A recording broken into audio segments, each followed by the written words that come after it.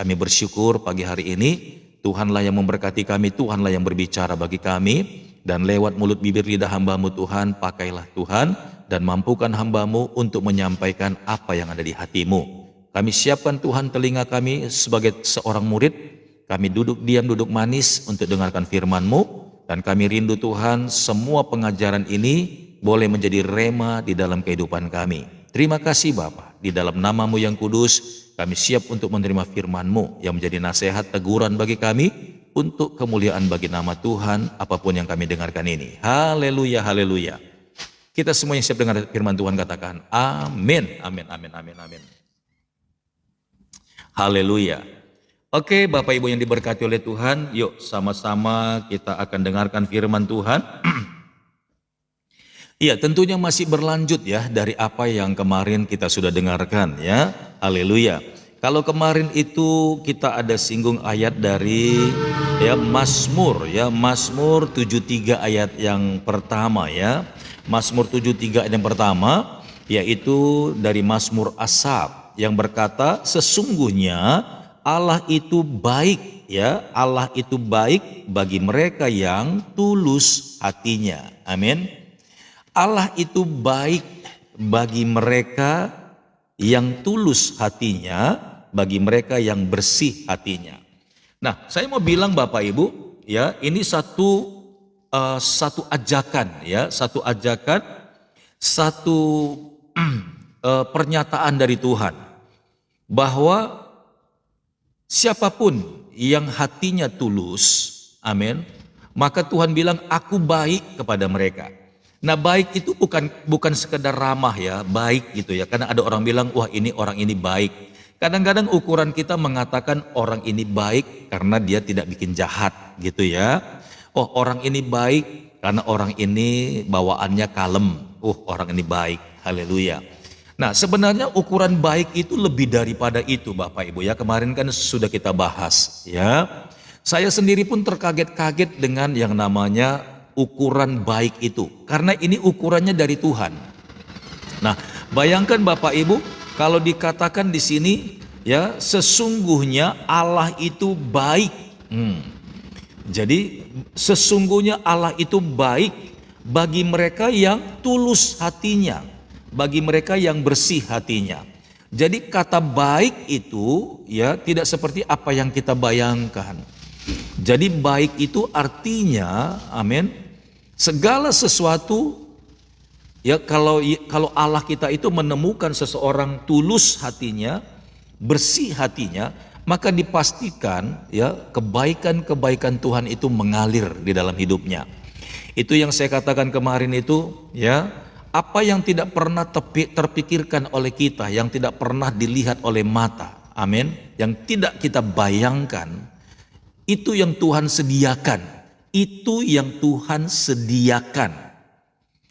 Kita belum minta, bahkan mungkin kita pikir kita belum butuh, tapi itu yang akan Tuhan berikan kepada orang-orang yang tulus hatinya. Nah, ada banyak orang, kapan ayat ini bisa kejadian, kapan ayat ini bisa dinyatakan ya. Haleluya.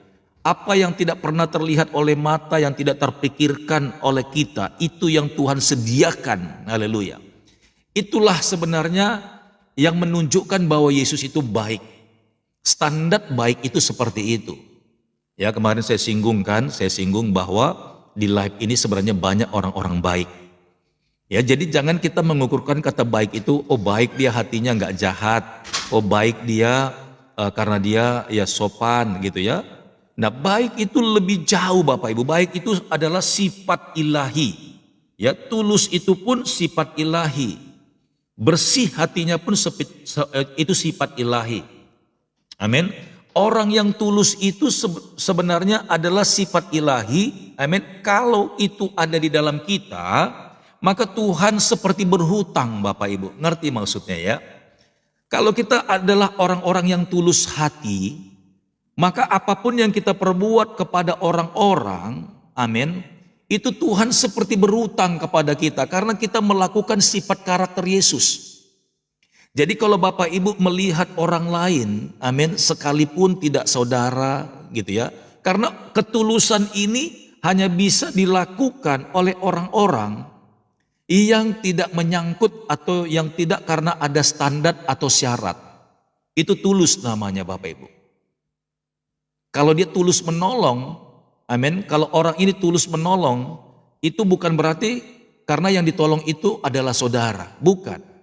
Tidak mesti harus saudara. Kalau dia orangnya ini tulus hatinya untuk menolong, maka siapapun orang yang butuh ditolong Bapak Ibu. Itu ciri-ciri orang yang tulus hatinya. Tidak melihat, ini bukan orang Batak nih, males saya ngebantunya. Apalagi kalau orang yang beginian ini, aku tahu banget. Kalau suku ini, ya apalagi dari daerah ini, orangnya itu, pokoknya nyesel lah saya kalau nolong. Nah, kalau Bapak Ibu sudah banding-banding, amin, ingat ya karakter seseorang, apalagi sukunya, ya. Lalu Bapak Ibu ketika ada orang lagi memang butuh ditolong, Bapak Ibu mulai kalkulasi, mulai ada alasan di kepalanya, amin. Apalagi tidak satu frekuensi dengan kita, tidak satu perasaan, tidak satu hobi, tidak satu kesukaan. Lalu kita seperti lipat tangan begini Bapak Ibu. Sudah tahu ada di depan kita, jelas di depan kita kejadiannya, jelas di depan kita perkaranya, jelas di telinga kita dengar, tapi ada banyak orang sengaja memang lipat tangan, dia nggak bergeming. Nah orang seperti itu nggak tulus Bapak, nggak tulus hatinya. Sekalipun orang-orang kenal dia orang baik contohnya ya, tapi itu tidak tulus. Nah saya katakan kalau orang yang tidak tulus itu tidak mungkin dia baik. Tidak mungkin dia baik. Kalau dia pun melakukan sesuatu kebaikan di depan orang, biasanya itu pansos Bapak Ibu. Pansos, tahu nggak? Panjat sosial, agar dilihat orang. Kalau orang baik itu harusnya tulus Bapak Ibu. Karena baik, tulus, dan bersih hatinya, itu sifatnya Tuhan Yesus. Jadi kalau kita lakukan semua perbuatan kita dengan tulus, tanpa hitung-hitungan, tanpa alasan, tanpa embel-embel, itulah yang Tuhan Yesus bilang, ya ketika kita lakukan ketulusan itu sifat ilahi. Amin. Maka apapun yang kita buat kepada orang-orang, kita seperti memiutangi Tuhan. Seperti memiutangi Tuhan. Jadi perbuatan baik apapun yang kita lakukan kepada orang-orang, baik teman yang kenal ataupun tidak kenal Bapak Ibu, ketika kita lakukan sesuatu untuk menolong orang, kita sama dengan memiutangi Tuhan. Tahu nggak memiutangi Tuhan? Kita bayar dulu nih kebaikan-kebaikan itu. Tuhan sebenarnya lihat, Tuhan sebenarnya sedang cari orang-orang yang mau membantu dan menolong orang yang tadi itu. Tapi banyak orang yang tidak bergeming, tidak mengerti hati Tuhan. Makanya susah mendapatkan orang-orang yang bisa menolong gitu loh. Nah tapi dari ayat ini, sesungguhnya Allah itu baik bagi mereka yang tulus hatinya. Nah jadi kalau ada di antara kita ini orang-orang yang tulus Bapak Ibu, orang-orang yang tulus, amin, tanpa pandang bulu, maka Allah itu baik kepadanya. Nah jadi baik itu bukan tanpa action Bapak Ibu, baik. Nah itu yang saya katakan tadi, saya ulang-ulang sampai kita mengerti ya apa yang Tuhan taruh di hati saya. Apa yang tidak terpikirkan oleh kita dan apa yang tidak dilihat oleh mata kita, itu yang Tuhan sediakan. Itulah gambaran kebaikan Tuhan. Ngerti ya? Jadi kalau kita tulus lakukan sesuatu kepada siapapun, maka kebaikan-kebaikan itu akan turun ke kita. Bahkan apa yang tidak pernah kita minta, kita tidak harapkan balasan itu yang Tuhan kasih ke kita. Makanya ada banyak orang dengan tulus memberi, dia tidak pernah kekurangan gitu loh. Entah dari mana aja ada berkat-berkatnya orang itu. Makanya kita harus berlomba-lomba memberikan, menolong, membantu orang dengan tulus. Tanpa kita sadari kita sedang memiutangi Tuhan. Tuhan gak mau berhutang Bapak Ibu. Tuhan gak mau berlama-lama, amin, sampai kita mungkin ingat-ingat Tuhan, aku udah pernah tolong orang 1, 2, 3 contohnya seperti itu. Tuhan gak mau menunda-nunda untuk tidak membayarnya. Dia langsung bayar Bapak Ibu. Amin. Sampai kita terkaget-kaget untuk melihat dan merasakan dari mana ini berkat-berkat ini datang. Amin. Ketika Bapak Ibu satu kali juga sedang dalam kebutuhan ya, Bapak Ibu sedang butuh dana, mungkin untuk sedang bayar uang kuliah anak-anak, mungkin sekali 3 gitu ya. Mungkin ada lagi persoalan butuh biaya. Tuhan ingat Bapak Ibu, Tuhan ingat itu karena Bapak Ibu semuanya adalah orang yang tulus. Amin. Orang yang tulus. Haleluya. Dan Tuhan ingat, Tuhan gak akan berlama-lama sampai Bapak Ibu terheran-heran dari manakah ini, ya kan? Seperti awan-awan yang datang begitu membawa berkat. Haleluya. Apa yang tidak terpikirkan, artinya belum lagi Bapak Ibu doa minta tolong. Karena doa itu kan karena kita berpikirkan, yuk kita datang sama Tuhan. Karena kita lagi butuh, kita doa. Itu sudah kita pikirkan. Saya mau bilang sebelum Bapak Ibu datang berlutut pun berdoa minta pertolongan dari Tuhan. Apa yang belum terpikirkan itu maksudnya belum didoakan Bapak Ibu. Tuhan sudah jawab. Karena apa? Karena Tuhan ingat perbuatan Bapak Ibu yang tulus. Tuhan ingat perbuatan Bapak Ibu yang benar-benar baik. Haleluya. Itu yang harus kita pelajari Bapak Ibu. Ya. Nah, jadi pengajaran dari hari ini, amin, pengajaran hari ini nyangkut dari awal yang sudah kita pelajari tentang arloji yang tua itu. Oke, haleluya. Semoga Bapak Ibu kalau saya putar jauh 6 hari yang lalu, Bapak Ibu langsung mengingat gitu loh. Diawali dengan kita menyadari bahwa firman Tuhan berkata, ya kan, aku akan menjadikan engkau menjadi kepala dan bukan ekor. Haleluya. Orang yang mau jadi kepala itu orang yang berurusan dengan Tuhan. Amin. Orang yang tidak hitung-hitungan dengan Tuhan, yang berurusan dengan Tuhan. Saya mau bilang, kalau Bapak Ibu sudah banyak sekali berkorban karena pemberian, menolong, melayani Tuhan, itu Tuhan gak mau punya hutang Bapak Ibu. Tuhan pasti bayar. Masalahnya kita gak mengerti cara membuka hati Tuhan. Kita nggak pernah mengerti bagaimana caranya untuk berkat-berkat yang di tangan Tuhan itu bisa turun ke kita. Haleluya. Karena kita tidak pernah mengerti ini yang dimaksudkan Tuhan, barang siapa, amin, yang tulus hatinya, Allah itu baik bagi mereka. Masalahnya kita tidak pernah tulus Bapak Ibu. Tidak pernah tulus. Kalau kita mau bertindak, kita langsung hitung-hitungan dulu. Kalau kita mau lakukan sesuatu, kita langsung pertimbangan dulu. Manusiawi sih, makanya karena saking manusiawinya kita nggak pernah bisa dekat dengan Tuhan. Haleluya. Dan itu sebabnya orang-orang yang sudah kita bahas kemarin itu baik Daud kah atau siapakah, itu mereka semuanya itu terkoneksi dengan Tuhan. Dimanapun diletakkan Tuhan orang-orang seperti itu selalu jadi berkat. Amin. Orang yang tulus ini tidak selalu bicara tentang uang Bapak Ibu. Jangan Bapak Ibu konsepnya di rupiah terus ya, tidak. Amin. Kalau kita mau bantu orang gak selalu berbicara tentang uang. Tapi orang yang tulus itu selalu dia respect kepada orang-orang yang butuh dibantu. Amin. Apakah nasihatmu, amin, pertimbanganmu kasih ke dia, pedulimu atau doamu Bapak Ibu. Kalau ada orang-orang lagi down, ya jangan diabaikan ketika kita menyambut mereka. Cuman sekedar ngobrol doang, amin. Tapi kita tulus untuk memberikan semangat kepadanya, tulus untuk memberikan kekuatan kepadanya, penghiburan kepadanya, amin. Apalagi kalau Bapak Ibu ada yang bisa Bapak Ibu berikan, contohnya, itu lebih powerful lagi. Yang penting yang pertama perhatian. Gak mungkin Bapak Ibu bisa lakukan sesuatu, bisa memberi dan menolong orang lain kalau perhatian, amin, tidak ada. Jadi pintu Bapak Ibu untuk masuk ke dalam berkat-berkat dari Tuhan itu adalah perhatian. Ya, gak mungkin Bapak Ibu bisa lakukan sesuatu, menolong orang, membantu orang kalau perhatianmu gak kamu kasih ke situ.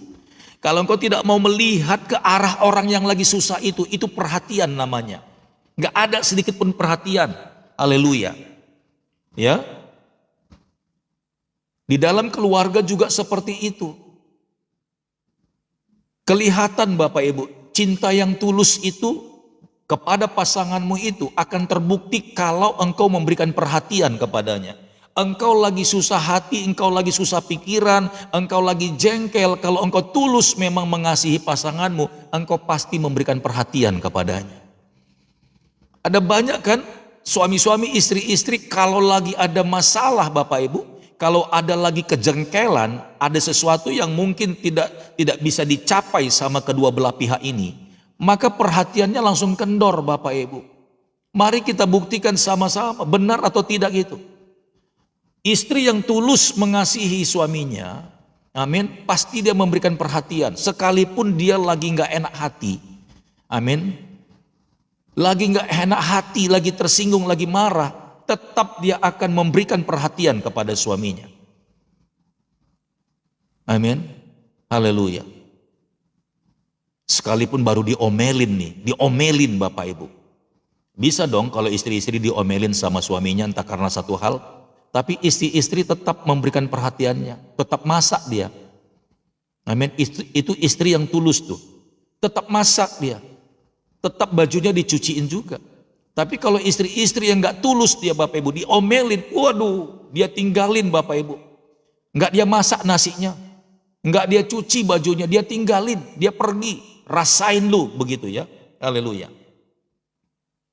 Iya, amin. Butuh yang namanya tulus Bapak Ibu, perhatian. Orang yang tulus itu pasti perhatian dia. Begitu juga suami-suami, sekalipun lagi marahan, amin. Sekalipun lagi ada selek lah begitu, tapi suami-suami nggak tinggalkan istrinya, tetap dia perhatikan Bapak Ibu, amin. Tetap semuanya tersedia, tidak langsung tinggalkan dan nggak peduli. Itu bukan suami yang tulus, itu bukan suami yang penuh perhatian. Ya, persoalan sih tetap ada Bapak Ibu, masalah tetap ada. Saya sangkutkan ke sini biar kita sama-sama belajar ya, sama-sama langsung mempraktekkannya. Itulah kalau kita orang yang tulus. Jadi tanpa pamrih. Bukan karena hari ini suami lagi gajian hari Sabtu, langsung perhatiannya banyak Bapak Ibu. Ada yang begitu. Iya kan? Ada kan? Karena hari Sabtu ini biasanya suami gajian, waduh perhatiannya kencang Bapak Ibu. Teleponnya mungkin berkali-kali. Hati-hati di jalan gitu ya. Pokoknya banyak lah. Tapi kalau giliran nggak gajian tanggal tua, iya ini sekarang lagi tanggal tua nih, apalagi nggak gajian, apalagi ada tadi pagi lagi ngomel-ngomel lagi itu, seharian nggak telepon, bahkan jangan-jangan nanti Bapak Ibu nggak dimasakin lagi itu, haleluya katanya ya, haleluya. Jangan Bapak Ibu ya. Ini nyangkut semua, termasuk juga kalau saya mau libatkan lagi pengajaran kita tentang the spirit of understanding dari Mazmur 133 ayat 1-3 itu kan, roh kerukunan. Amin. Rumah tangga yang rukun itu pastilah rumah tangga atau pasangan-pasangan yang hatinya itu penuh dengan perhatian dan tulus Bapak Ibu. Kalau hatinya tidak tulus dan tidak ada perhatian, tidak akan terjadi yang namanya kebahagiaan. Sekalipun kita punya segala hal, tidak ada Bapak Ibu. Karena perhatian itu penting. Perhatian itu penting. Jangan perhatiannya cuma ke saya, tapi perhatiannya harus ke dia juga. Jangan ke dia terus juga, tapi juga harus ke saya. Harus seimbang. Itu baru namanya bahagia. Sama-sama tulus. Amin, sama-sama tulus. Haleluya. Jadi sekali lagi saya baca Bapak Ibu, bagaimana caranya agar kita diberkati Tuhan. Amin. Maka lakukanlah dengan segenap hati, dengan tulus. Maka ketika apapun yang kita kerjakan dengan segenap hati, dengan tulus Bapak Ibu, dengan penuh perhatian, baik untuk keluarga kita atau juga untuk orang lain, sebenarnya itu caranya Tuhan untuk mengangkat yang namanya hidupmu. Caranya Tuhan untuk memberkati engkau dengan limpah. Caranya Tuhan untuk mengalirkan dan membuka pintu-pintu tingkap-tingkap di surga. Haleluya. Itu dia Bapak Ibu. Daud karena dia peduli dengan kawanan kecil, baik domba-domba peliharaan bapaknya, bahkan juga orang-orang yang ada di Gua Adulam. Justru di situ tanpa dia sadari dia diangkat Tuhan menjadi pemimpin Bapak Ibu. Karena dia peduli dengan lingkungannya. Dia memberikan perhatian. orang-orang yang stres, depresi, dia tolong, dia sembuhkan, amin. Dia bangkitkan iman mereka, dia bangkitkan semangat mereka, dan orang-orang yang tadinya putus asa dan bergairah kembali. Dan tanpa disadari oleh Daud, dia diangkat Tuhan jadi pemimpin. Sekalipun memang dia sudah jadi raja, diurapi oleh seorang nabi, tapi belum dilantik Bapak Ibu. Dia belum punya rakyat, dia belum punya pendukung. Tapi justru di Gua Adulam lah ketika dia tulus melayani Tuhan, ketika dia tulus melayani orang-orang, justru disitulah dia punya rakyat. Tanpa disadari, rakyat kecil itu sudah mengangkatnya jadi pemimpin. Haleluya. Sekalipun memang Tuhan sudah mengangkat dia jadi raja. Nah, bagaimana dengan kita Bapak Ibu? Kita nggak bisa melihat rahasia yang sebenarnya selalu ada di dalam kehidupan kita, tapi kita nggak mau masuk di dalamnya. Kita nggak mau ikut terlibat melakukannya. Makanya kan Tuhan sudah bilang kan, haleluya, bahwa orang-orang yang melakukan kebaikan dan menolong orang-orang yang lemah, dia sebenarnya sedang memiutangi Tuhan Bapak Ibu. Dia sedang memiutangi Tuhan. Jadi apapun yang kita perbuat sebenarnya dalam ketulusan kita, kebaikan kita, maka kita tanpa kita sadari Tuhan sedang angkat hidup kita dan Tuhan berjanji akan memberkati kita. Haleluya. Ya, sesungguhnya Allah itu baik bagi mereka yang tulus hatinya, bagi mereka yang bersih hatinya. Haleluya. Coba kita buka ya dari Lukas 10 ayat 25 sampai 37. Lukas 10 ayat 25 sampai 37. Kita belajar tentang yang namanya tulus Bapak Ibu ya. Haleluya.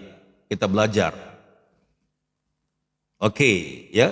Inang Dormauli sudah tuliskan Lukas 10 25 sampai 37. Iya. Oke ya. Saya berharap kita semuanya mencatat. Ici juga sudah mencatatnya dan sama-sama kita buka Alkitab kita. Kita belajar ya tentang ketulusan ini dari seorang Samaria. Judulnya di sini adalah orang Samaria yang murah hati. Amin ya. Orang Samaria yang murah hati. Yuk kita baca ya, perhatikan Alkitabnya. Ayat yang ke-25.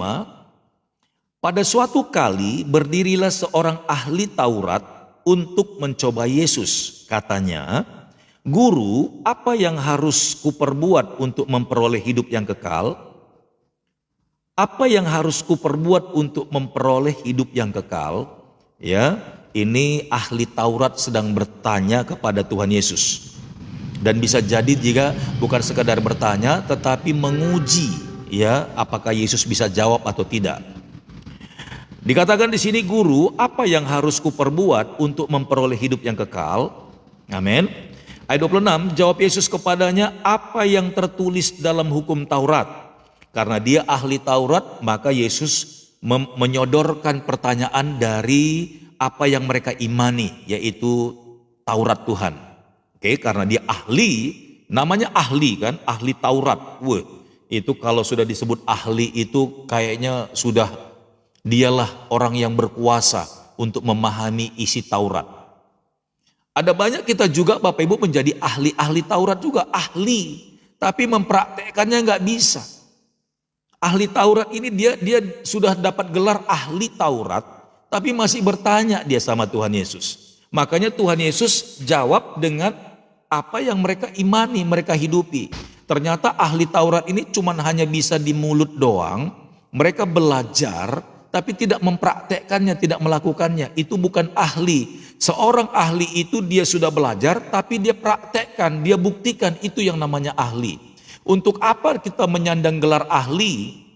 Sepertinya tahu segala sesuatu, tapi kita nggak bisa membuktikannya, tidak bisa mempraktekkannya. Saya pikir itu salah besar, ya. Kenapa sampai dia digelarin ahli Taurat, tapi dia ternyata tidak bisa menghidupinya? Itu bukan seorang ahli. Seorang ahli itu dia secara teori bisa, tetapi dia prakteknya juga jago. Itu yang namanya ahli. Amin. Makanya ayat 26 Yesus berkata, jawab Yesus kepadanya, apa yang tertulis di dalam hukum Taurat? Apa yang kau baca di sana? Lalu ayat 27, jawab orang itu, kasihilah Tuhan Allahmu dengan segenap hatimu, dan dengan segenap jiwamu, dan dengan segenap kekuatanmu, dan dengan segenap akal budimu. Dan kasihilah sesamamu manusia seperti dirimu sendiri. Ayat 38, ya, ketika ahli Taurat itu menjawab dengan lugas, dengan sempurna, kata Yesus kepadanya, jawabmu itu benar. Amin. Teori lulus dia, jawabmu itu benar. Yesus bertanya secara teori, dijawab sama ahli Taurat ini secara teori, benar, tepat sekali. Ya, kasihilah Tuhan Allahmu dengan segenap hatimu, yes, dengan segenap jiwamu, yes, dengan segenap kekuatanmu, yes, dan dengan segenap akal budimu, yes, dan kasihilah sesamamu manusia seperti dirimu sendiri. Mungkin orang lain tepuk tangan, yeay, betul sekali, ahli Taurat pintar menjawabnya. Mantap sekali Bapak Ibu. Haleluya. Kata Yesus kepadanya, jawabmu itu benar. Lalu perbuatlah demikian, maka engkau akan hidup. Lakukan, kata Tuhan Yesus. Ahli Taurat cuman hanya bisa jawab secara teori, tapi tidak bisa praktek. Yesus katakan, betul apa yang kau jawab itu. Benar, ujian teorimu 100, tapi ujian praktekmu 0. Haleluya. Amin. Titelnya ahli Taurat Bapak Ibu, tapi enggak lakukan. Tidak ada sifat-sifat ilahi di dalamnya. Nah, kita juga harus seperti itu. Amin. Mungkin Bapak Ibu kita ini cuman ada yang jadi jemaat, mungkin ada juga yang menjadi pengerja, mungkin ada juga di sini yang jadi penatua. Haleluya. Amin. Parhalado, dengerin khotbah ini. Jangan jadi ahli Taurat yang cuman hanya bisa teori tapi enggak bisa praktek. Amin ya. Harusnya yang namanya ahli Taurat, ahli, dia bisa hafal betul secara teori, tapi hafal betul dengan prakteknya. Ini baru keren Bapak Ibu. Keren, haleluya. Ya, jadi kalau sekedar teori saja nggak ada dampaknya. Mendingan kita teorinya nggak tahu banyak. Mendingan kita teorinya nggak tahu banyak Bapak Ibu. Tapi prakteknya bisa. Nah, masih mendingan itu Bapak Ibu. Ya, haleluya. Ayat 38 kata Yesus kepadanya, jawabmu itu benar, perbuatlah demikian, maka engkau akan hidup. Nah, jadi orang-orang yang tulus hatinya, amin, yang berlaku seperti sifatnya Yesus, dia praktekkan, amin, diawali dengan memberikan perhatian, lalu berbuat sesuatu, itu orang yang tulus tanpa pamrih Bapak Ibu. Dikatakan di sini, jawabmu itu benar, perbuatlah demikian, maka engkau akan hidup. Wih, haleluya. Tadi kan dia tanya untuk hidup yang kekal Bapak Ibu. Hidup yang kekal. Ternyata Bapak Ibu, ya, kenapa hidup kita tidak kekal? Kenapa berkat-berkat kita tidak kekal? Amin. Kenapa kesehatan kita tidak kekal? Karena ternyata ada yang tidak kita kerjakan Bapak Ibu. Kita nggak pernah tulus. Kita nggak pernah peduli. Kita nggak pernah lakukan seperti apa yang Yesus lakukan. Kan saya sudah bilang kemarin kan, bahwa Yesus itu baik, Yesus itu tulus. Dia tidak memandang muka, dia tidak memandang wajah, dia tidak memandang suku. Kita selalu hitung-hitungan seperti itu. Ya. Jangankan nggak satu suku Bapak Ibu, yang satu suku aja juga kita hitung-hitungan. Kalau nggak pro dengan kita, nggak akan ada kebaikan. Amin. Apalagi ngejengkelin gitu ya. Haleluya. Kita selalu melihat penampilan. Kira-kira kalau kita pikir orang itu bakal bisa membalas kebaikan dengan kita, kita lakukan kebaikan sama dia. Yesus tidak. Justru Yesus menolong orang-orang yang miskin agar orang miskin itu nggak bisa balas balik sama dia.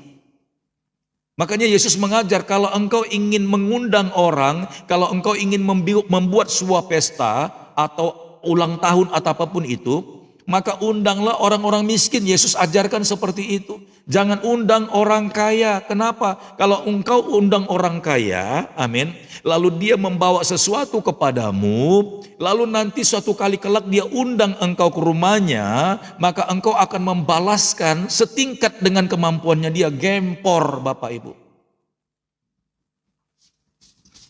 Makanya kita kalau punya prinsip seperti itu, kita berhenti.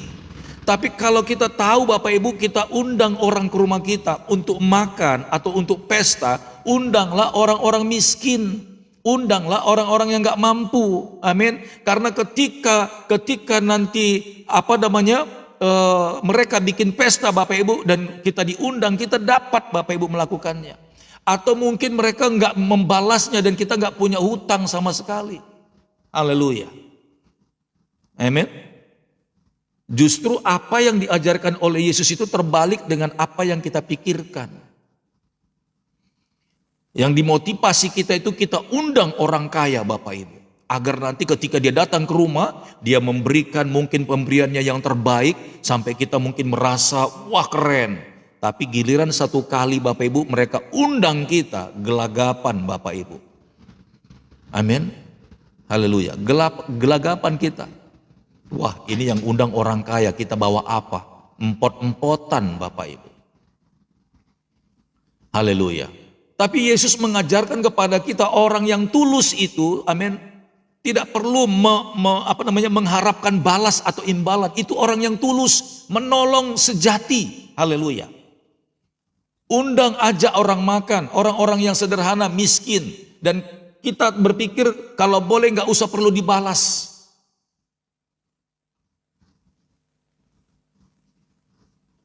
Beda kan ya, beda kan? Nah tapi kalau kita lakukan itu Bapak Ibu, yang menjadi sumber mata air kita adalah Tuhan. Itulah yang namanya orang tulus, tanpa mengharapkan imbalan, tanpa mengharapkan balasan. Dari mana balasannya? Dari Tuhan. Haleluya. Dari Tuhan. Ya. Ayat 29, tetapi untuk membenarkan dirinya, orang itu berkata kepada Yesus, dan siapakah sesamaku manusia?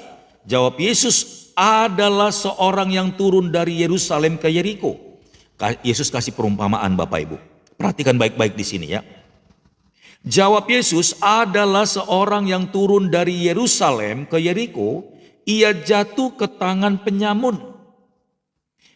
Ia jatuh ke tangan penyamun-penyamun yang bukan saja merampoknya habis-habisan, tetapi yang juga memukulnya dan sesudah itu pergi meninggalkannya setengah mati.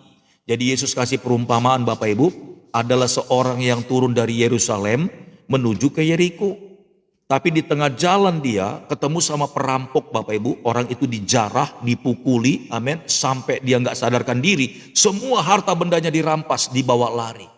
Dan orang itu terkapar di pinggir jalan Bapak Ibu, terkapar, haleluya. Nah Yesus mau tahu, amin, ini orang terkapar dan gak jelas identitasnya. Yesus mau tahu apa respon daripada ahli-ahli Taurat ini. Apa respon daripada kita semuanya. Apa respon dari pelayan-pelayan Tuhan, apa responnya. Tuhan mau tahu nih, jangan-jangan kita ini juga adalah orang-orang seperti ahli Taurat itu. Banyak tahu tapi sedikit bertindak Bapak Ibu. Amin. Lalu ayat 31 berkata, kebetulan, perhatikan ya, kebetulan ada seorang imam turun melalui jalan itu, ia melihat orang itu tetapi ia melewatinya dari seberang jalan. Kebetulan katanya, ya, haleluya.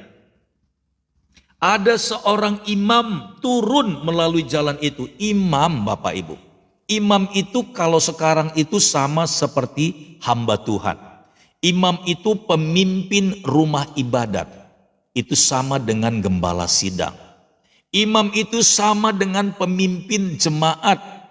Bisa juga disebut penatua. Imam itu bisa disebut juga Bapak Ibu, amin, tokoh agama. Sama. Tapi herannya katanya kebetulan ada seorang gembala sidang, ada seorang pendeta yang disebut imam.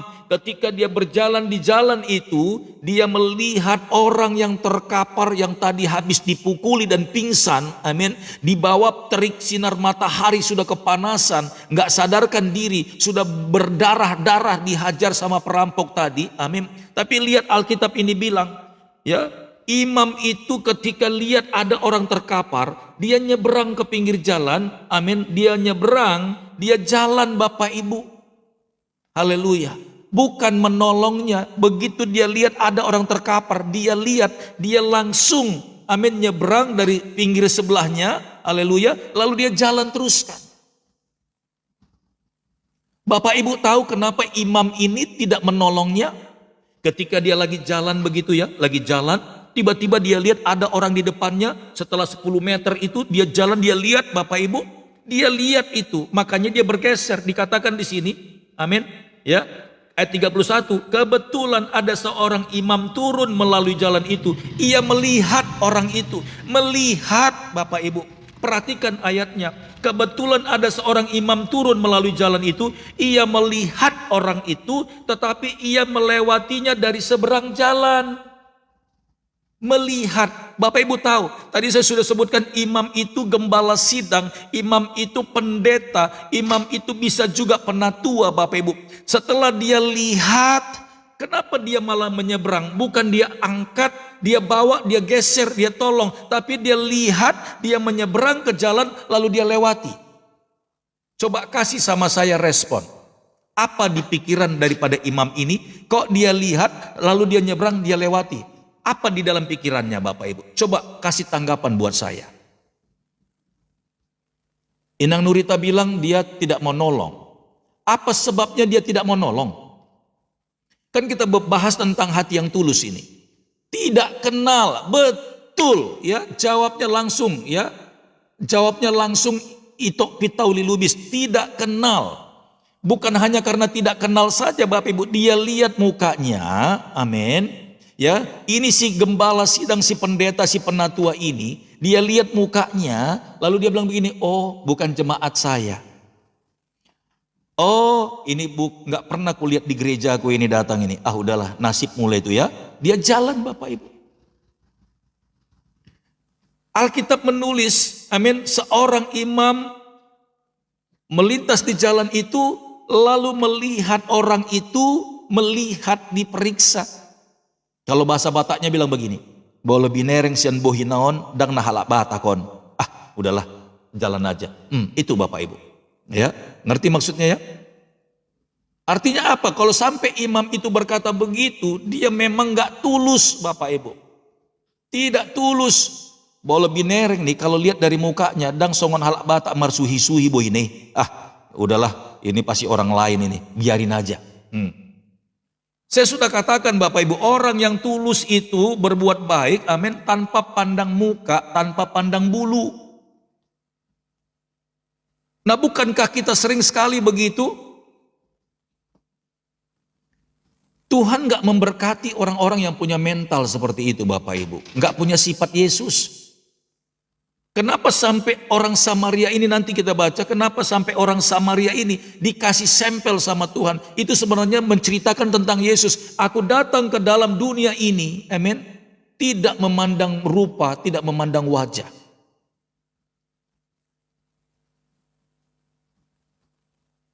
Barang siapa yang percaya kepada Yesus, amin, barang siapa, nggak peduli orang Batak, orang Jawa, orang Chinese, amin, bahkan agama pun nggak peduli, agama Kristen, Hindu, Buddha, Katolik, Konghucu, kalau dia mau datang sama Yesus, Tuhan terima Bapak Ibu. Tapi imam tadi itu karena dia lihat, ah ini bukan orang Batak, ini bukan jemaatku, ini bukan dari gerejaku, dang na ruas suwon katanya, ini bukan ruas saya ini bukan jemaat saya nih, udah tinggalin aja lah. Haleluya. Sering kan begitu? Makanya kemarin saya singgung, ada banyak loh gereja-gereja nekat bikin sistem seperti itu. Karena bukan jemaatnya, amin, kebetulan ada yang meninggal, dia belum terikat dengan jemaat di situ, mungkin baru pindah dari luar kota Bapak Ibu. Belum berjemaat dimanapun, meninggal sebagai tetangga. Ada gereja yang gak peduli loh, dia tutup rumahnya. Bukan jemaat kita itu, ketika ada tamunya nanya, Amang, yang meninggal itu di mana? Oh di sebelah ini, di sebelah ini. Di sini tadi pagi meninggal dia. Amang kok nggak datang ke sana? Ah, aku nggak kenal dia, nggak pernah dia ke gereja. Haleluya. Widih, ngeri Bapak Ibu, ngeri. Ini firman Tuhan ini, makanya kita buka. Imam itu melihat orang itu, pendeta itu lihat muka orang itu, ini bukan jemaat saya. Lihat dari mukanya, saya tidak pernah kenal orang begini di gereja saya. Udah, lewatin aja. Itu yang saya bilang kemarin Bapak Ibu. Sampai ada orang meninggal, dikubur kayak hewan Bapak Ibu. Amin. Nggak ada sakramen, tidak ada doa, tidak ada ibadah. Udah digulung, dibongkar, dibikin lubang aja, jatuhkan aja, kubur sudah selesai, pulang. Ngeri banget kan? Ngeri kan? Haleluya. Nggak bisa begitu kita Bapak Ibu. Ya, nggak bisa begitu kita. Kita harus belajar seperti sifatnya Tuhan Yesus. Saya percaya Bapak Ibu, orang yang tulus hatinya, Allah itu baik bagi mereka yang tulus hatinya. Belajar kita semuanya pada pagi hari ini. Amin. Menjadi orang-orang yang tulus. Jangan berpikir Bapak Ibu nggak diperhatikan sama Tuhan, diperhatikan sama Tuhan. Oke, kita teruskan ya. Ayat yang ke-31 tadi, kebetulan ada seorang imam turun melalui jalan itu, ia melihat orang itu tetapi ia melewatinya dari seberang jalan.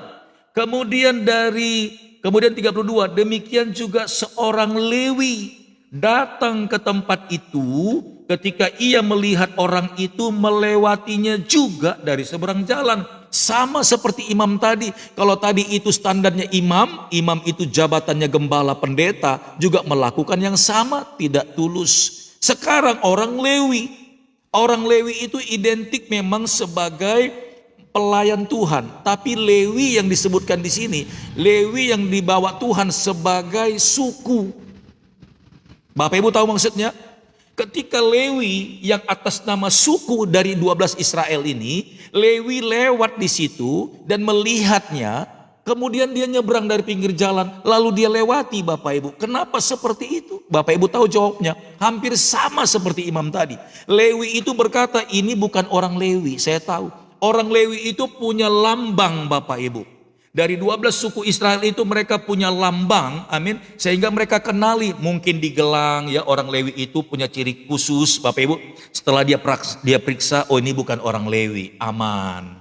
Amin, udah jalan aja. Tapi dia nggak perbuat sesuatu. Kita juga sering sekali begitu, amin. Kalau dia orang Batak, gue tolong. Kalau dia orang Chinese, gue tolong. Karena saya orang Chinese, karena saya orang Batak. Tapi kalau dia tidak satu suku dengan saya, nanti dulu kasih sama yang satu suku aja deh. Biarin aja begitu. Haleluya. Parah enggak nih Bapak Ibu? Ini Yesus sudah tegur sebenarnya. Amin. Lewi itu digambarkan Tuhan Yesus melambangkan suku.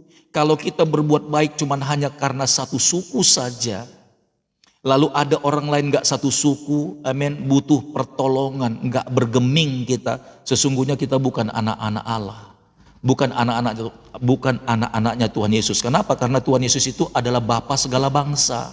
Ingat itu, Bapa segala bangsa. Mau orang Jawa, mau orang Hindu Bapak Ibu, ya, kebetulan kita lihat dia lagi butuh. Apakah mungkin mobilnya mogok, kita sorong. Apakah dia lagi kehabisan air di rumahnya mungkin ya, mungkin mesinnya rusak. Ambil ini aja air dari rumah saya, amin. Berapa banyak kali urusan air aja Bapak Ibu. Saya pernah bertetangga dengan orang Batak. Saya orang Batak aja Bapak Ibu, amin. Urusan air, padahal saya lagi sewa kontrak rumahnya dia. Haleluya. Itu rumah yang saya kontrak, rumahnya dia. Saya lagi kehabisan air di musim kemarau karena mungkin pantekan sumurnya itu pendek. Maklumlah rumah-rumah kontrakan kecil. Amin, saya pernah begitu. Saya minta air sama yang punya rumah, nggak dikasih Bapak Ibu. Dia rumahnya besar, pantekannya dalam, mungkin sampai habis musim kemarau, dia masih ada airnya, tapi nggak mau kasih Bapak Ibu. Kikirnya bukan main, ngeri banget. Saya mau bilang, baru kali ini saya ketemu sama orang Batak begini. Haleluya. Sama pastor, sama yang saya rasakan. Betul. Saya mau bilang, kalau engkau dengar khotbah ini dan memang engkau kena, Bapak Ibu bertobatlah, jangan begitu. Amin. Engkau bukan orang yang tulus. Ini bukan berbicara karena engkau sudah menerima uang dari yang ngontrak lalu engkau harus wajib menolong. Bukan, tapi kita ini karena lakukan itu karena kita ini anak-anak Tuhan Yesus. Anak-anak Bapa segala bangsa. Haleluya. Sedih Bapak Ibu. Ini Tuhan bilang begini, ada lagi yang lewat, yaitu orang Lewi katanya. Ya. Di mana tadi? Di ayat berapa tadi ya? Orang ayat 32. Demikian juga seorang Lewi, suku Lewi datang ke tempat itu. Ketika ia melihat orang itu, dilihat juga kan, ia melewatinya dari seberang jalan. Bukan satu suku dengan saya, ini apalagi, ini bukan orang Batak ini. Dari warna kulitnya aja beda. Kalau orang Batak itu biasanya gosong semua kulitnya. Biasanya gosong semua kulitnya. Lihat dari mukanya, ini bukan orang Batak nih.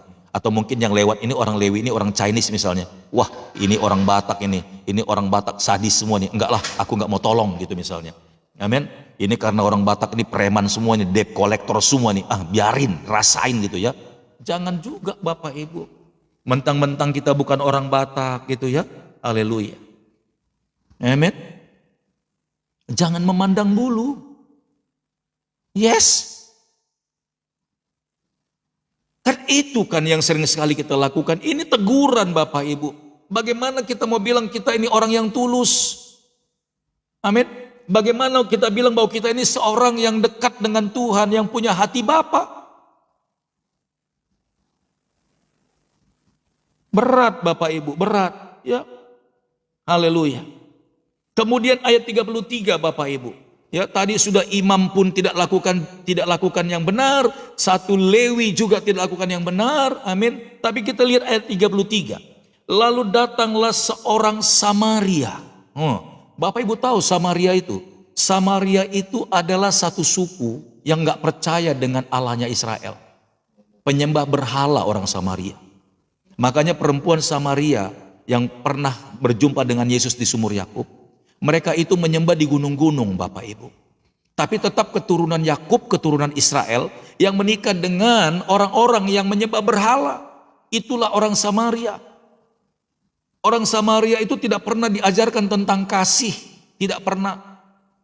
Orang Samaria itu benar ajarannya turun-temurun. Seperti leluhur mereka itu yang mereka buat. Menyembahkan, mempersembahkan sesuatu di bawah pohon-pohon. Itu orang Samaria. Tapi coba lihat Bapak Ibu. Amin. Justru orang Samaria ini yang punya hati Bapa. Kita lihat. Lalu datanglah seorang Samaria yang sedang dalam perjalanan ke tempat itu. Dan ketika ia melihat orang itu, tergeraklah hatinya oleh belas kasihan.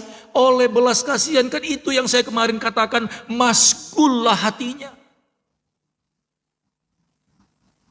Justru orang Samaria, orang yang gak Kristen, ketika lihat orang yang terkapar Bapak Ibu, di panas terik matahari, di aspal, di jalan raya, mungkin dia sudah yang namanya kehausan, mungkin dia sudah dehidrasi, kalau gak ada yang tolong dia ketika dia gak sadar, mungkin sesaat lagi meninggal dunia. Tapi imam tidak peduli. Suku Lewi tidak peduli juga karena bukan satu sukunya, karena bukan jemaatnya, tapi justru orang Samaria ini, amin, satu bangsa yang tidak pernah kenal dengan ajaran kasih, haleluya. Tapi ketika dia melihat ada manusia, amin, manusia, dia tidak menganggap itu binatang, haleluya. Saya khotbah kasar ini Bapak, keras. Seperti yang saya tegur kemarin itu. Masa ada orang manusia meninggal dikubur seperti hewan. Padahal manusia itu ciptaan Allah, segambar dengan haliknya. Masa iya sih kita nggak menghormati manusia. Sedangkan hewan meninggal ditabrak mobil aja di pinggir jalan. Kita bersihin, kita taruh di kuburan. Amin. Kita bikin kuburannya baik. Ini manusia, tidak ada penghormatan sedikit pun. Itulah kadang-kadang ya, karena kalau orang sudah gila, yang namanya gila surga itu ya, yang labelnya imam itu, yang labelnya suku itu Bapak Ibu, amin, nggak punya kasih ternyata.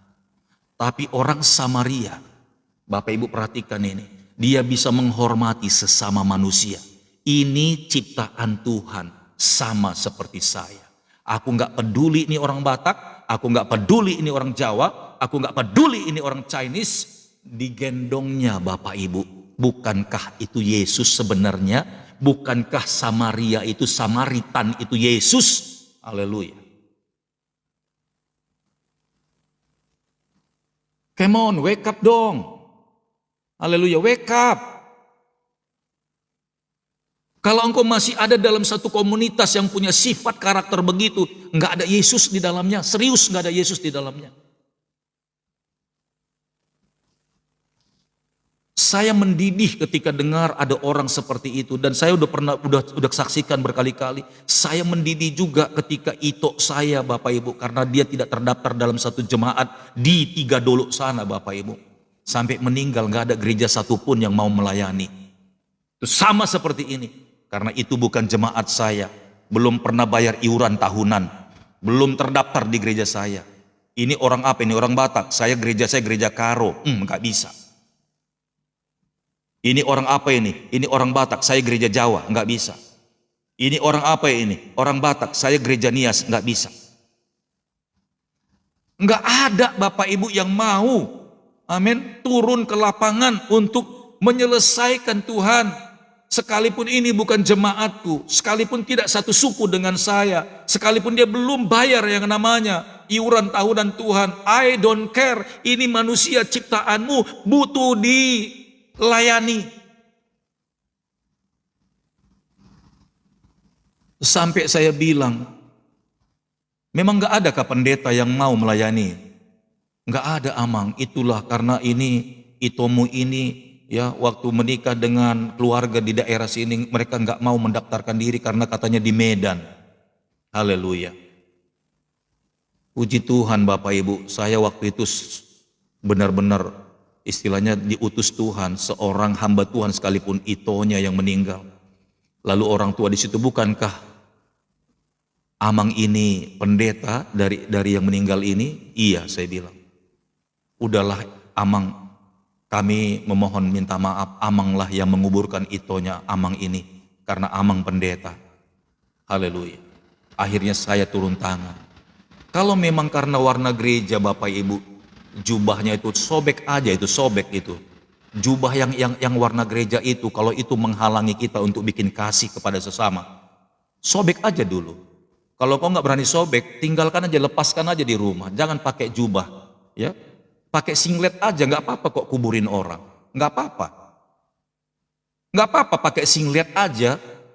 Ayo sama-sama bawa dia, kita hormati, ini ciptaan Tuhan. Masalah nanti dia masuk neraka atau masuk gimana nanti sama Tuhan, urusan Tuhan lah itu hidupnya. Tapi Tuhan buat Tuhan lihat kita benar. Tuhan lihat kita tulus. Amin. Orang yang tulus itu nggak pandang bulu. Sekali lagi, apakah orang yang kita tolong itu pro dengan kita atau tidak, nggak ada masalah selama dia butuh pertolongan, ditolong. Itu baru namanya anak-anak Tuhan Yesus, anak-anak Bapa segala bangsa. Nggak pandang bulu. Haleluya. Bahkan jangankan kita berbuat baik kepada orang yang berbuat baik kepada kita, orang yang tidak berbuat baik kepada kita pun, kalau dikasih kesempatan untuk kita bantu Bapak Ibu. Haleluya. Jadi bukan gereja sebenarnya yang bikin pemisahan. Jangan sampai gereja yang bikin pemisahan antara kita dengan yang lain. Kenapa gereja yang jadi bikin pemisahan? Kenapa gereja yang jadi pengkotak-kotakan Bapak Ibu? Sama seperti imam tadi. Ini bukan jemaat saya ini, udah biarin aja. Nanti gembalanya yang datang. Padahal dia butuh pertolongan di tengah jalan itu. Kalau nggak diselamatkan, dia nanti mungkin dilindas lagi nanti sama hewan-hewan yang lewat. Mungkin diinjak-injak lagi sama kereta kuda, nanti di situ bisa saja tambah hancur dia. Ya selamatkan aja dulu gitu loh. Atau kalau takut dia nanti dipitnah orang, dia yang ngajar, kan nggak mungkin satu orang bikin begitu. Ya udah teriak aja, tolong, yuk kita bantu, bisa aja kan. Haleluya.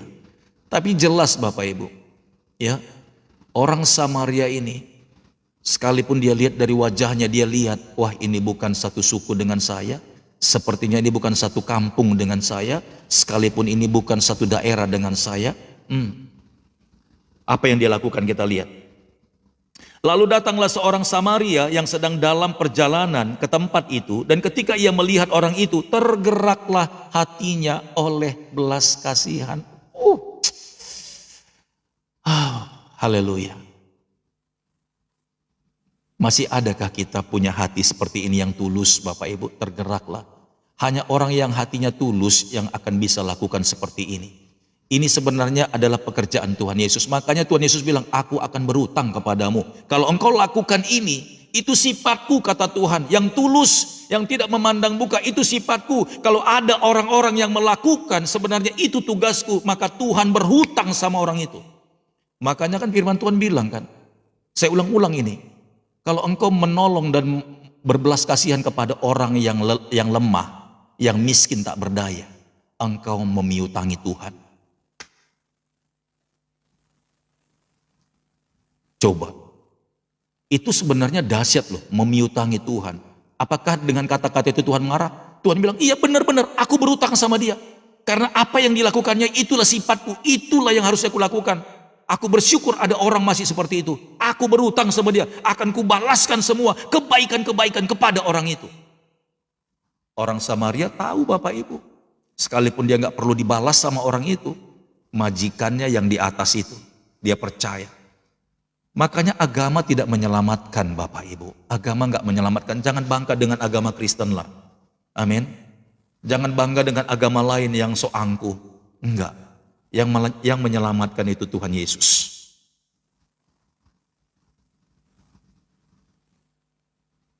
Ayat 34. Ia pergi kepadanya lalu membalut luka-lukanya sesudah ia menyiraminya dengan minyak dan anggur. Kemudian ia menaikkan orang itu ke atas keledai tunggangannya sendiri, lalu membawanya ke tempat penginapan dan merawatnya. Enggak tanggung-tanggung Bapak Ibu. Haleluya. Enggak sungkan-sungkan dia.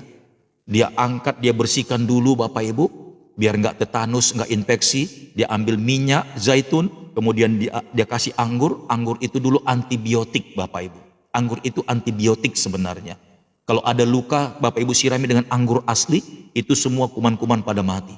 Minyak zaitun itu memulihkan semua sel-sel yang rusak sehingga bisa pulih. Amin.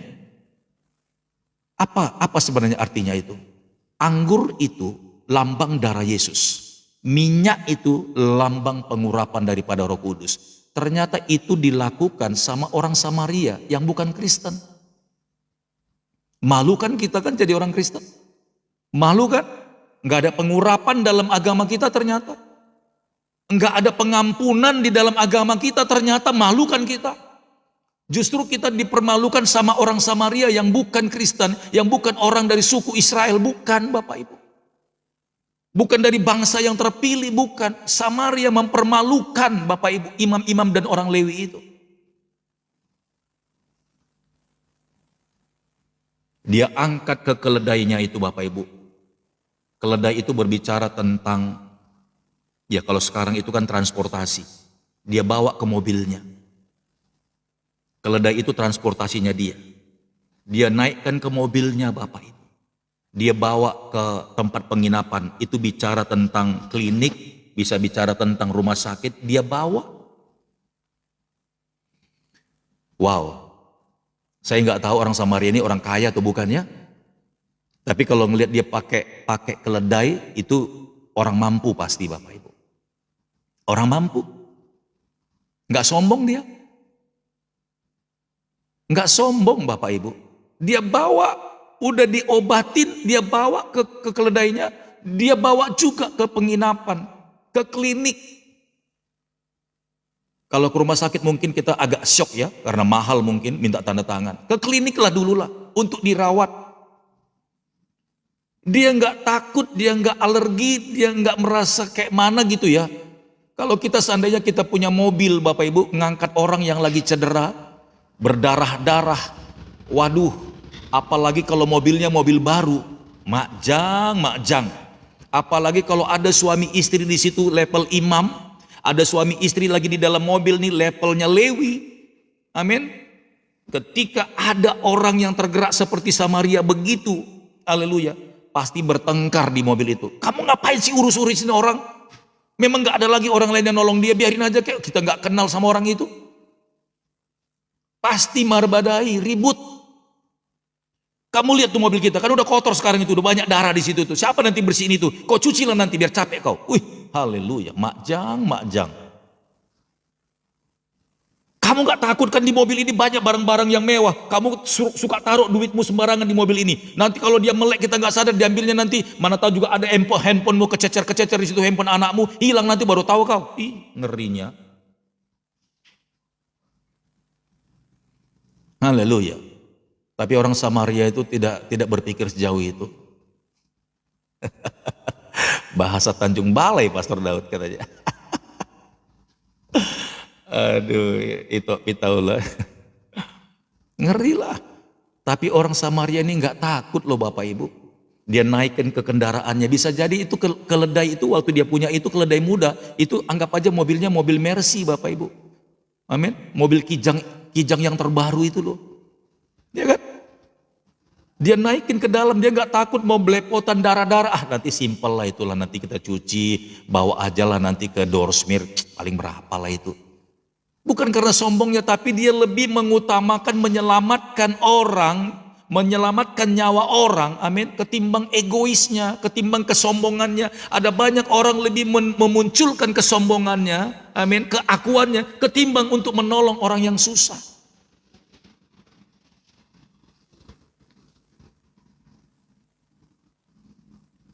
Haleluya. Standarnya Bapak Ibu udah berubah loh sekarang.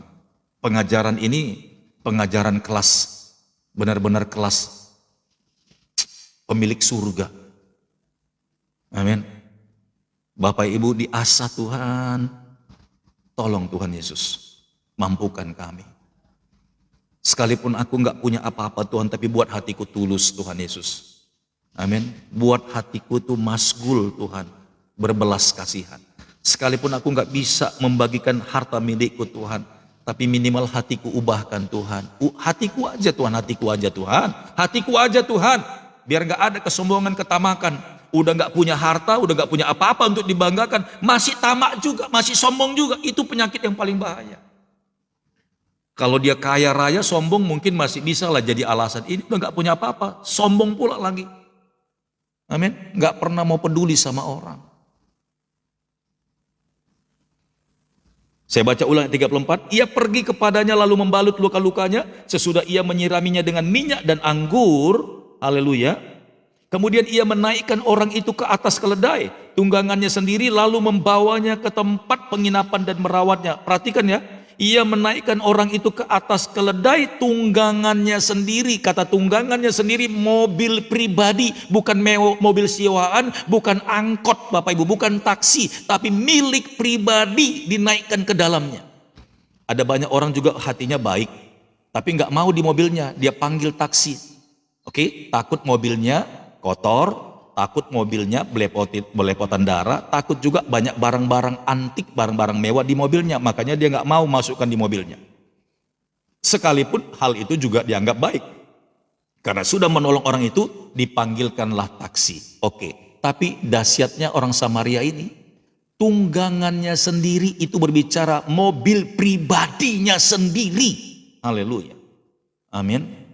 Nggak sungkan-sungkan dia naikkan di dalam Bapak Ibu.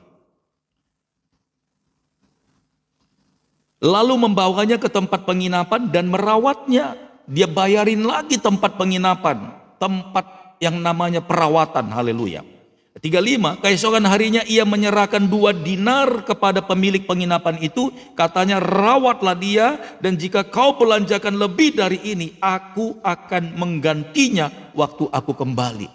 Artinya sekalipun orang yang terkapar itu bukan karena ditabrak sama dia, tapi dia mau peduli. Amin. Bukan satu kali lu dia tolong, tapi dia bilang pakailah 2 dinar ini dulu. Kalau kurang nanti aku akan ganti. Amin. Sampai orang ini sembuh, rawatlah dia. Susah cari orang model begini Bapak Ibu. Susah. Haleluya. Amin. Artinya ketika dia sudah bantu tolong orang ini, dia nggak langsung lalu begitu saja. Besok lewat lagi di penginapan itu, dia bilang bagaimana kabarnya sekarang? Oh sudah baikan, sudah siuman Pak, puji Tuhan. Oke, dikasihnya lagi uang. Ini tolong rawat lagi sampai dia sembuh ya. Sekalipun nggak dengan tenaganya dia rawat, tapi dia support orang itu sampai pulih Bapak Ibu. Berapa banyak kita dapat melakukan hal seperti ini. Berbuat baik, amin, tidak satu kali, tapi support Bapak Ibu. Amin, haleluya. Saya rindu Bapak Ibu, semua orang-orang yang menyaksikan live ini dijamah sama Tuhan, diubahkan sama Tuhan. Menjadi orang-orang yang tulus, amin. Orang-orang yang saleh, orang-orang yang baik. Haleluya. Ya, ayat yang ke-36 berkata begini, siapakah di antara ketiga orang ini? Tadi kan Yesus sedang jawab dan kasih perumpamaan sama ahli Taurat. Siapakah di antara ketiga orang ini menurut pendapatmu, katanya kepada ahli Taurat itu, adalah sesama manusia dari orang yang jatuh ke tangan penyamun itu. Ayat 37, jawab orang itu, orang yang telah menunjukkan belas kasihan kepadanya. Kata Yesus kepadanya, pergilah dan perbuatlah demikian. Haleluya.